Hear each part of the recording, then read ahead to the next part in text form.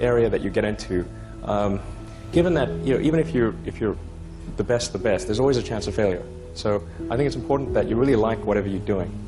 If you don't like it, life is too short.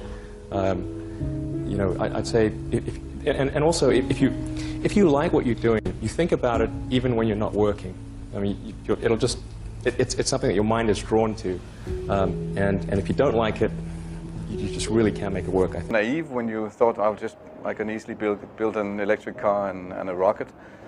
I didn't think it would be easy. Like I said, I thought they would probably fail. But creating a company is almost like having a child. So it's sort of like, how do you say your child should not have food? So once you have the company, you have to feed it and nurse it, yeah, and take care of it, even if it ruins you. Yeah.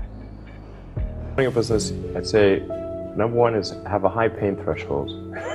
That's it. There's a friend of mine who's got a good saying, which is that starting a company is like eating glass and staring into the abyss.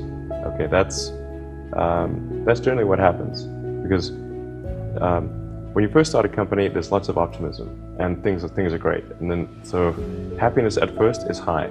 Then you encounter all sorts of issues, and happiness will steadily decline, and then you'll go through a whole world of hurt.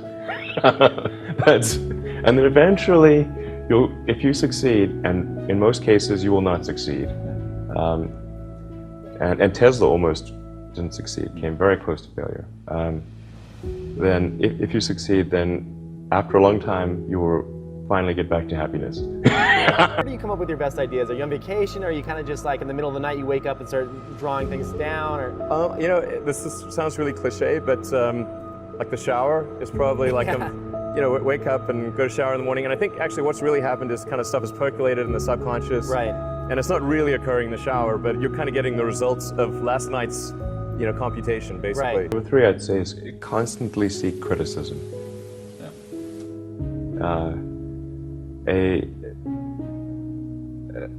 A well thought out critique of whatever you're doing is as valuable as gold. And you should seek that from everyone you can, but particularly your friends. Usually your friends know what's wrong, but they don't want to tell you because they don't want to hurt you. So lift you up, sort of.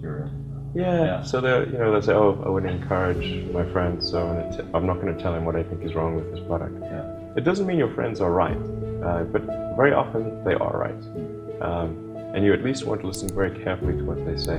And to everyone, if you're looking for, basically, you should take the approach that you're wrong. That you, the entrepreneur, are wrong. Your goal is to be less wrong. I'm available 24/7 to help solve issues. Right. Call me 3 a.m. on a Sunday morning, I don't care. Well, I mean, Tesla really faced a severe threat of death due to the Model 3 production ramp. Essentially, the company was bleeding money like crazy, and just if we didn't solve these problems in a very short period of time, we would die. And it was extremely difficult to solve them. How close to death did you come? Within single-digit weeks. 22 hours a day, or like what? How many I hours? was working, so 7 days a week, sleeping in the factory. I worked in the paint shop, general assembly, body shop. You ever worry about yourself imploding? Like it's just too much? Absolutely. No one should put this many hours into work. This is not good. People should not work this hard. They should not do this. It's very painful. Painful in what sense?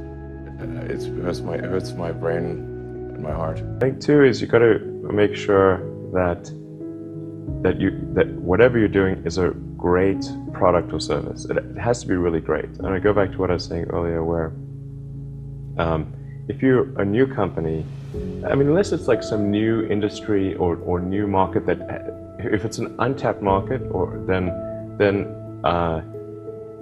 you have more ability to. The standard is lower for your product or service. But if you're entering anything where there's an existing marketplace against large entrenched competitors, then your product or service needs to be much better than theirs. It can't be a little bit better, because then you put yourself in the shoes of the consumer and they say, why would you buy it as a consumer? You're always going to buy the trusted brand unless there's a big difference. So a lot of times, you know, an entrepreneur will come up with something which is only slightly better. And it can't just be slightly better. It's got to be a lot better.